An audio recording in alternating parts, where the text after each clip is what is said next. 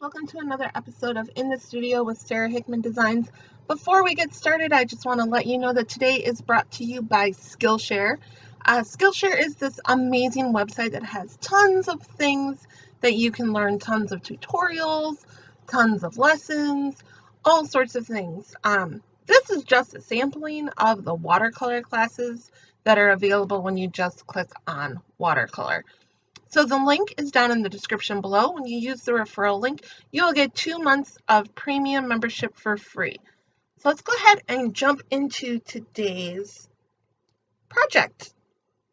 Now, today's project actually was inspired by a Skillshare class. That is why it is the sponsor of today's video.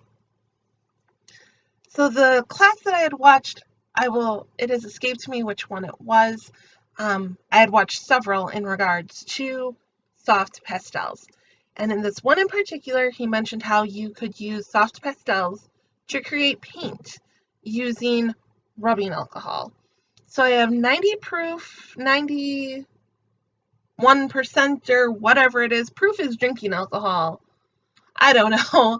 Well, so you put on some rubbing alcohol. It's the 90% stuff. And you put it on some scraped off chalk pastel or soft pastel, and then you paint with it like you would any other paint. You can see I'm painting this mermom's tail. So you paint with it, and then I only mixed one color at a time because I didn't know like if it would evaporate really quickly, because it is rubbing alcohol and it's supposed to evaporate quickly.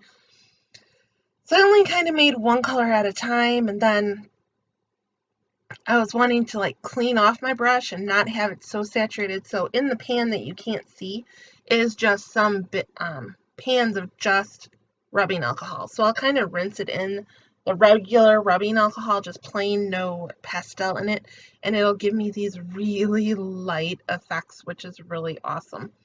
So here I am like stippling some other colors on her tail, trying to like get some different shades and things to kind of see what happens. I'm going to move on to another color. This is like the peach tones, the skin tones that would be in the soft pastels. Let me tell you what I really hated about this technique. Touching the pastels.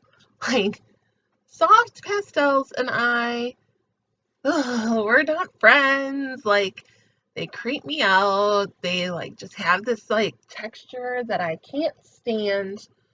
But I did it anyway. So like I would pick them up and I would scrape it off. You saw that there at the beginning, into the little containers. And then I would have all this residue on my hands, and then I'd have to wash it off and wipe it off, and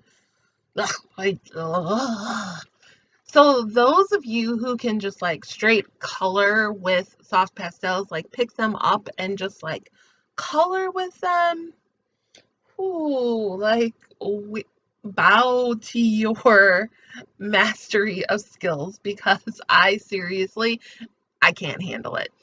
Like, I will use a paintbrush and soft pastels. Like this technique, okay, great. Like I'll pick them up momentarily because it does give a really awesome effect. So I would deal with it for this effect. However, I don't know if I will do this effect very often. Here's another thing. I feel like I would be able to dip my paintbrush in some rubbing alcohol and then like rub it on the like chalk piece and get the same effect. I don't know if you really have to have it scraped. Maybe if you were doing some like super fine details, maybe that would be like the best way to do this. So I like the technique. I just don't like touching the chalk pastels. If you don't like touching them either, tell me in the comments, because I'm sure I'm not the only one. So let's move on to her bodice. We're going to use like some purple, I guess, here. So we're going to go ahead and paint that in, and I just, like I said, just add the rubbing alcohol to the powder that I scraped in there. Now, you probably don't remember, and maybe you don't follow me on Instagram, but back in the beginning of May, I asked, how do mermaids have babies? Do they like have eggs, kind of like this mom? Like, do they have eggs that the baby then is just like developed in? So, like, they have babies like fish, but they're half human. So, or do they have babies like humans have babies? So, that was a question I had posted on Instagram. I'm not even joking. I got like half of one answer, half of the other.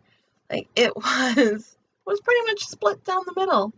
Some of you, though, had some like amazingly detailed answers of how this would happen. And so kudos to your creativity because they were some pretty detailed answers. So now I'm just going to go ahead and fill in the background to this card print thing here, this piece of art. I'm going to fill it in around there.